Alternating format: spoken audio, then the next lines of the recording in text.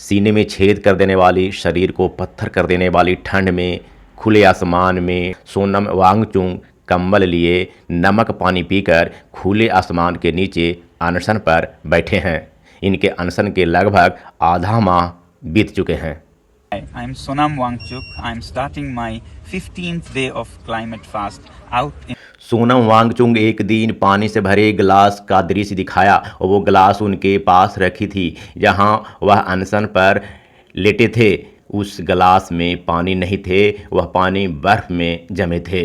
इतने सर्द में पिछले 15 दिनों से लगातार अनशन पर वह बैठे हैं। ऐसा नहीं है कि सोनम वांगचुक पागल हो चुके हैं और अकेले अनशन पर बैठे हैं। ऐसा ये भी नहीं है कि वह अन्ना हजारे की तरह शरीर से ओवर वेट हो गए हैं। अनशन करेंगे तो कुछ वजन घट जाएंगे। ऐसा ये भी नहीं है कि वह फेमस नहीं है। सोनम वांगचुक पूर्व समयों से एक फेमस नाम है। वह शारीरिक रूप से स्वस्थ और दुबले पतले इंसान हैं। अन्ना हजारे जैसे मोटे नहीं कि वजन घटाने की ज़रूरत है। और वह अकेले अनशन पर बैठे नहीं हैं। उनके मदद के लिए लद्दाख के 100-200 लोग हमेशा रहते हैं। इनकी मांगे भी भारत के देश हित में है, लद्दाख हित में है, राष्ट्र हित में है।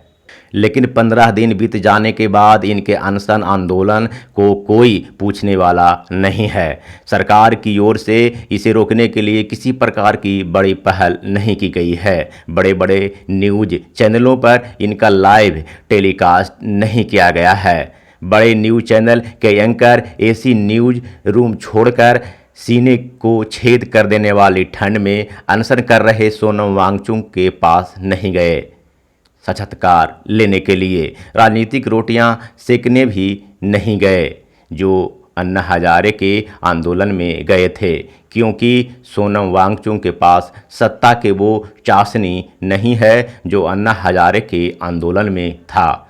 लद्दाख के कड़कड़ाती ठंड में सोनम वांगचुक अनशन की शुरुआत तो किए, लेकिन सत्ता की नमक पानी का घोल बनाने में असफल रहे। सोनम वांगचुक सत्ता, झूठ और पैसा का गिलास में घोल नहीं बनाया। जैसे अन्ना हजारे ने घोल बनाकर दिल्ली में बैठा और अनशन किया, वांगचुक सीधे सीधे नमक पानी का घोल बनाकर अपने जान की बाजी लगा दिए हैं। राष्ट्रहित में अपने आप को झोंक दिए हैं, लेकिन इससे किसी को क्या लेना देना।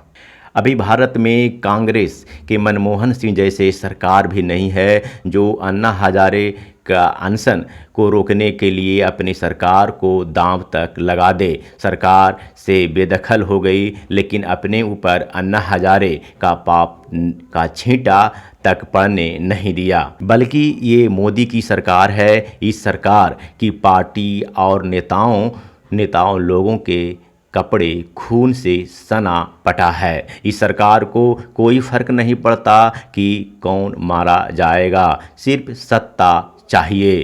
करीब 750 किसान इसी मोदी सरकार द्वारा लाए गए काले कृषि कानून के रोकने में सरकार के सामने तड़प तड़प कर दम तोड़ दिए। 8 से 10 किसानों को तो मोदी सरकार के सिपाही ने थार से कुचलकर रौंद कर मार दिया। सोनम वांगचुक राष्ट्रहित के लिए लद्दाख की स्थिति को सरकार तक पहुंचाने के लिए अनशन आंदोलन कर रहे हैं। सरकार को समझाने का प्रयास कर रहे हैं। मोदी सरकार तक अपनी बात पहुंचाना चाहते हैं, लेकिन मोदी सरकार भी जनता को संदेश दे दी है। हमारी सत्ता को बचाने कायम रखने के लिए आंदोलन करते हो तो स्वागत है। जैसे मनमोहन सिंह की सरकार के समय ओवरवेट प्राणी ने अनशन किया था और मनमोहन सिंह की सरकार को गिरा दिया, तब तो ठीक है। यदि किसानों की तरह अधिकार मांगने के लिए आंदोलन करते हो तो फिर किसानों की तरह मारे जाने की तैयारी कर लो। 11 degrees, and together with me some 115 people slept in the open to remind the Indian government of the promises they have made to